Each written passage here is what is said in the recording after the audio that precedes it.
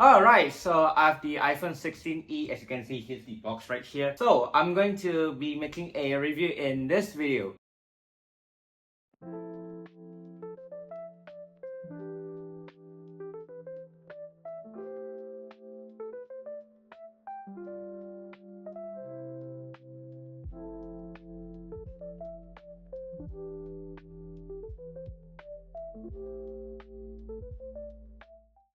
Well, let's start off with the things that I actually like about the iPhone 16e. Well, first off, the design. Yes, the iPhone 14 boxy design, it feels like the size is really amazing because it's only 6.1 inch and it has a matte glass at the back, which I prefer because it doesn't collect a lot of fingerprints like the iPhone 13 and 14 glossy back. Next up, the A18 chip. It has the same SoC as a regular iPhone 16. It feels smooth, doesn't heat up often. It has an Apple Intelligence, which I never use. It's pretty much useless for me since most of the Apple Intelligent iPhones have 8GB of RAM. 8GB of RAM pretty much is nice to have. Oh, by the way, if you're wondering how the iPhone 16e would perform in the Geekbench 6 test, check it out my video top right there. In addition, it has a new notch instead of the old notch so that it doesn't feel like an old iPhone. And since it has a notch, it has Face ID now and it's pretty much a modern iPhone. RIP home button iPhones. Maybe I'll miss you.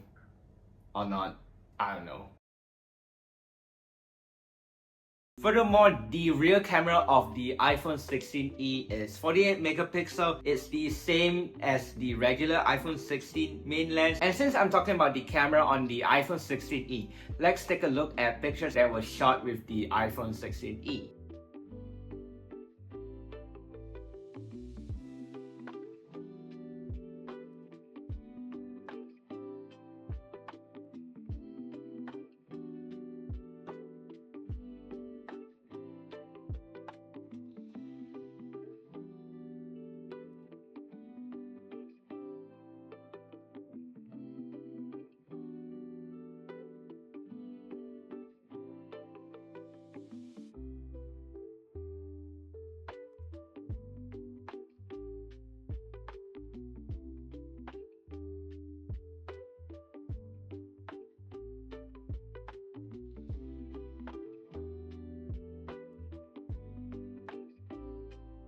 So this is recorded on the same spot pretty much. On this side would be the iPhone 13 Pro Max, while on the other side would be the all-new iPhone 16e. Both of them are recorded in 4K 60 resolution, just the normal settings without HDR. This is recording using the front-facing camera. One of them is obviously the iPhone 13 Pro Max and another one, obviously, again, the iPhone 16e. One thing that I noticed that the color looks way better on the new iPhone 16. The iPhone 13 Pro Max still is fine, but I prefer the iPhone 16e more when it comes to the front-facing camera.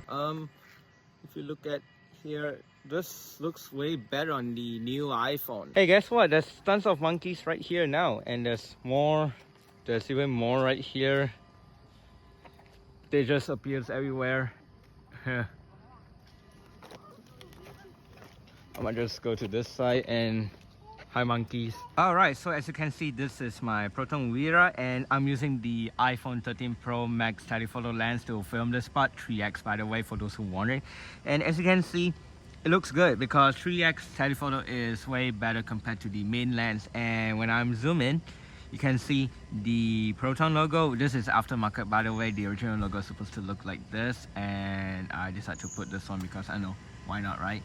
And you can see the quality looks decent, and since I'm filming on 4K 60, I couldn't switch to any other lens such as the ultra wide or the main lens. On this part right here, this is recorded using an iPhone 16e. It has a 48 megapixel, and as you can see, I'm on 2x zoom, and if I were to zoom in, yeah, this doesn't look good compared to the telephoto lens like I show on the iPhone 13 Pro Max, even though the iPhone 13 Pro Max is pretty much 4 years old at this point.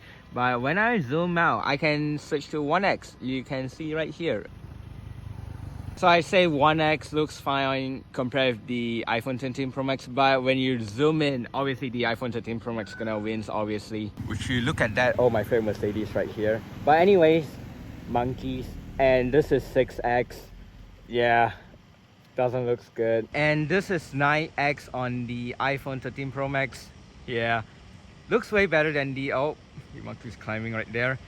Yeah, the iPhone 13 Pro Max looks way better, and you might notice why there's a dot right here. I cracked the back glass of this phone and the dust got in. Hey, at least it's just only this part that doesn't affect like whatever stuff like the autofocus, whatever. It's just that dot right there. And monkeys. Hey, monkeys, come here. Hey, hey. I guess they just ignores me pretty much.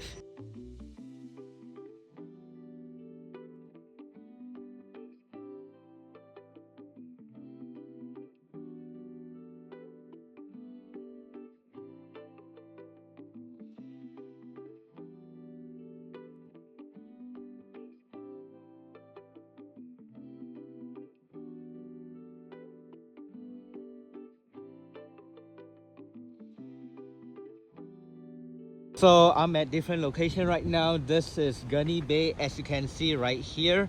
Same settings again, different scene this time, and as you can see the traffic is way more heavy this time. So the lighting looks good still. Even with the iPhone 13 Pro Max, even though the iPhone 13 Pro Max is literally almost 4 years old, and yeah, that's how it looks like. This is 3x with the iPhone 13 Pro Max, and yeah, you can see the stabilization isn't that good. However, it wouldn't lose the quality. Look at that sign right there, the speed bump sign, and as you can see the iPhone 13 Pro Max looks way better compared with the iPhone 16e, the 2x quote unquote, even though it's just pretty much a one lens phone. Let me just put to 3x this time for it to match, and yeah, I can see the iPhone 13 Pro Max looks way better when it comes to quality wise, but stabilization, yeah, the iPhone 16e wins. Let's look at another scene. I think maybe that sign right there, the Jalan Bridge or Bridge Street or Bridge Road. You can tell that the iPhone 13 Pro Max looks way better. Let me switch back to 2x. Oops. Yeah, I can tell the 13 Pro Max looks still way better than the 16e. All right, so this is the front facing camera. Same settings again. If you look at that, the iPhone 16e looks way better than the iPhone 13. That's how it looks. If you look at the lighting right there, yeah, I would say the iPhone 16e looks way better. And let me just go to another scene. Just wait, hang on, somewhere right here. I think I found a spot. Also, by the way, what do you guys think about the microphone between these two? So there's some plants right there. I don't know what are those. I'm not a plant expert. Looking at both of these screen, the iPhone 16e looks better in my opinion. And you can see that one building right here. All right, so I'm going to try with the stabilization on both phones. It will be weird running in the public with two phones, and let's give it a shot. I feel like the iPhone 16 looks way better. I mean, the 16e, I don't run, but this is probably the weirdest thing I've ever done in ages on YouTube. Or in public, perhaps. Probably have to look at it after it's done with its processing and stuff. And yeah, so that's how both of the front-facing camera looks like when you're recording while running.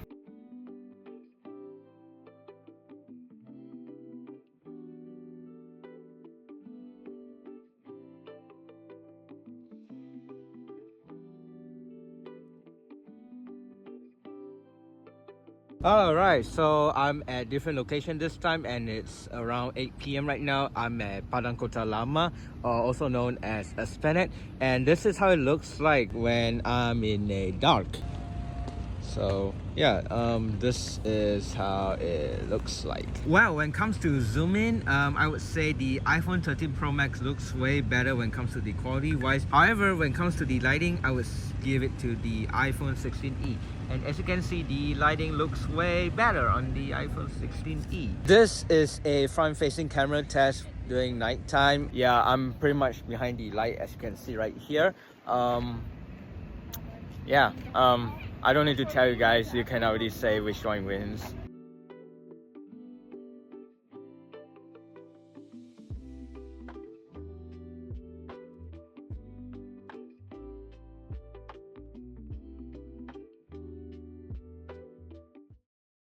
Even though this is a budget iPhone, supposedly Apple did not cut some stuff. Instead of putting mute switch, it comes with an action button, which is really nice to have. Oh, last but not least, the 4005 mAh battery. So the iPhone 13 have a 3240, the regular 16 have 3561 mAh, and the predecessor to the 16e, which is the iPhone SE 3, it has 2080 mAh. While this one can last me for a whole day, it is better than my 13 Pro Max. Well, it's at 77% battery health currently.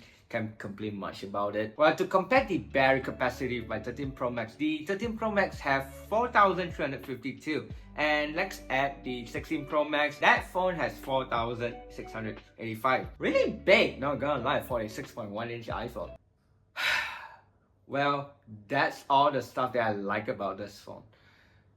Time to talk about the things that I do not really like about this phone. Well, first of all, it doesn't have MagSafe. It only uses regular wireless charging, which only at 7.5 watts, which is not that good because MagSafe can charge an iPhone up to 15 watts or 25 watts if you have the iPhone 16 series, except the 16e. The USB-C port is only USB 2.0. I mean, the iPhone 16 doesn't have it anyway. Even though the display is really nice, it has 6.1-inch display. However, the display is only 60 Hz and it has 800 nits and a peak brightness of 1200 nits for HDR content. It's pretty much the same screen as an iPhone 14. As I said earlier, this phone have a action button, but it doesn't have camera control button. Well, this might be subjective to people because some people doesn't really like having that button, but I feel like it is nice to have, and I have a feeling maybe the next iPhone will have that button. And speaking about camera, it doesn't have cinematic and action mode in the camera app. I feel like nobody using the cinematic app, but action mode is really nice to have if you have a good lighting. Oh yeah, this might be a random one, so there's only two color options, black and white. I wish they brought back the product red though, like the iPhone SE 3. Last but not least, the price. So if you have no idea how much this iPhone 16e costs, it literally costs $599, 2,999 ringgit for Malaysian people. And the predecessor, which is the iPhone SE 3, costs $429. In Malaysia, it would cost 2,249 ringgit. I feel like this 16e would be worth to get if it's $400, which is 1,800 ringgit, to $450, which is 2,000 ringgit. Still can be acceptable, but I feel like $600, 3,000 ringgit, that is way too much. It's because when the regular iPhone 15 and the 16 is on sale, the price are really close. Well, in Malaysia anyway. Probably the same around the world. I feel like, is this phone worth to get for its price? Probably not. If you want the 16 still, save up and buy the regular iPhone 16 instead of the 16e. Anyway, I hope you enjoyed watching this video of me reviewing the iPhone 16e. By the way, I'm using the iPhone 16e to film this video. So yeah, it's been a while since you see me in 60 frames. There you go, me in 60 frames. Hope you guys enjoyed watching this video. Check out my other videos right there. And yeah, bye.